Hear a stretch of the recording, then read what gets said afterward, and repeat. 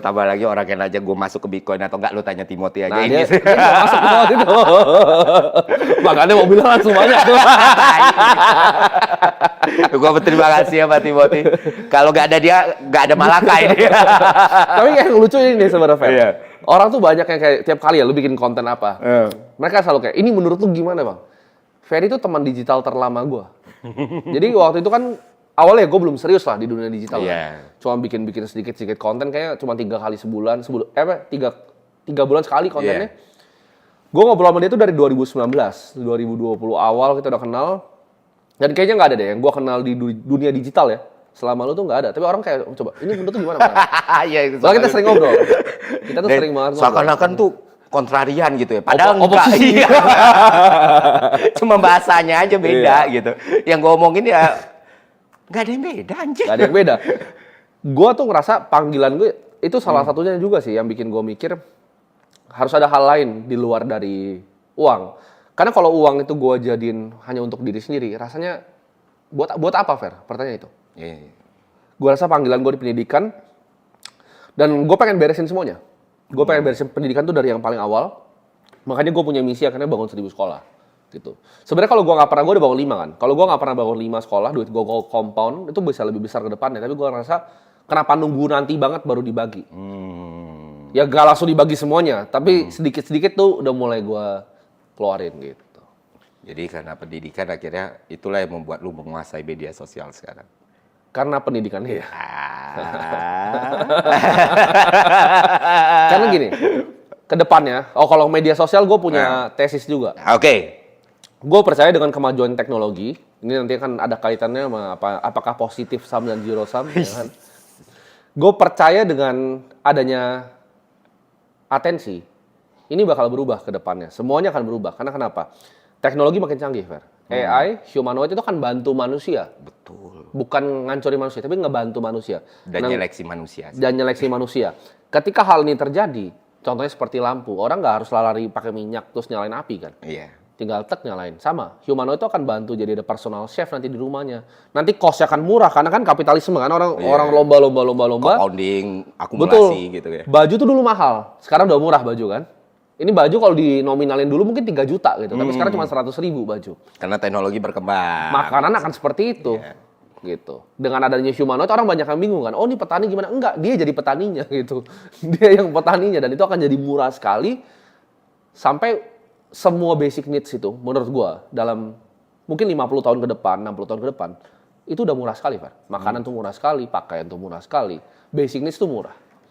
Ya mungkin ya properti yang masih mahal ya, cuma 1 tempat tinggal.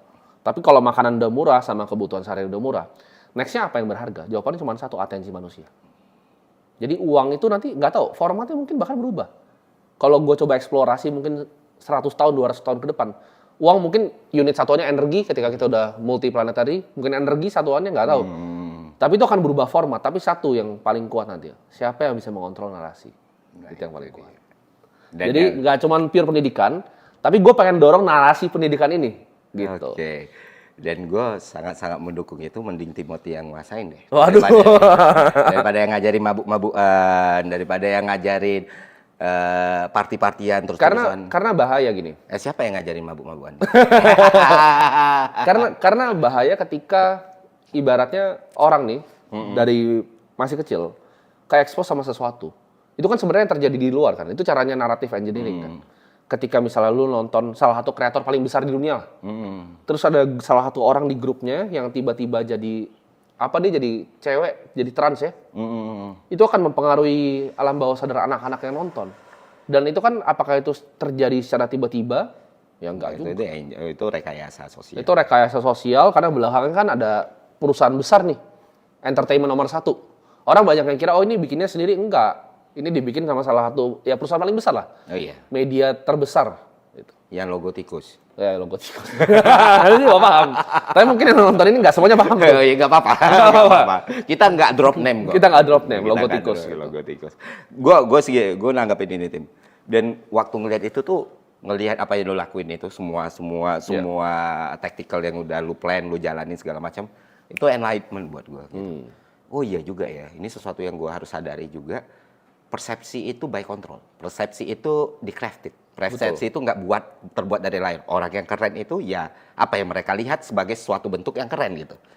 Gue nggak bisa nyalahin generasi muda sekarang misalnya kalau mereka melihat orang yang keren itu orang kriminal yang melakukan tindakan buruk yang merepresentasikan hal-hal yang buruk juga gitu. Kita kan nggak sempurna, tentu kita juga nggak sebaik itu, tapi nggak segitu parahnya gitu. Gue nggak bisa nyalain anak muda itu kalau yang mereka dapat cuman itu. Oh, menurutnya yang keren kayak gini, akhirnya kayak gini. Akhirnya Timothy datang nih dengan semua edukasi yang dia kasih, dengan cara yang sangat unik, yang sangat-sangat otentik, keras. Tapi akhirnya orang bisa melihat, oh kalau gue kerja keras, kalau gue komit, kalau gue disiplin, itu keren banget kayak Timothy Ronald. Nah, problemnya kayak gini, yang gue lihat ketika lu engineering ini semua dan itu berhasil. Dan ketika gue ketemu generasi muda, gue kan ngajar, gue ngajar di kampus-kampus, gue sering ketemu anak-anak sekolah. Itu perasaan bangga dan kagumnya itu luar biasa. Dan ada satu yang di anak Malaka tuh anak yang nggak takut hantu. Oh iya sempat ya. Gen Alfarizi, siapa namanya? Gen Alfarizi namanya? Davin. Siapa orang keren bener? Timothy Ronald.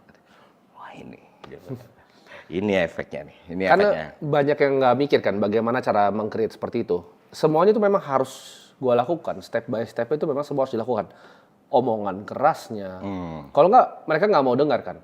Mungkin untuk orang yang sudah sangat pintar itu terkesan sederhana, ya kan. Oh lu jadi 1% lebih baik setiap hari. Cuman kan nggak semua orang tuh tahu seperti itu. Makanya kalau gue sama Bro Kakak nggak suka tuh yang kita sebutnya SJW ini nih. Karena mereka nggak melihat kondisi sosial ya, realitanya tuh banyak yang tidak tahu. Gitu. Justru orang paling pintar menurut gue, kayak contohnya lu bisa jelasin sesuatu yang kompleks ke sesuatu yang sangat sederhana. Itu adalah manusia-manusia yang paling pintar, bukan yang sederhana dibikin kompleks. Kebalik nih, orang mikirnya karena itu simple, jadi itu gampang semua orang juga bisa. Kebalik.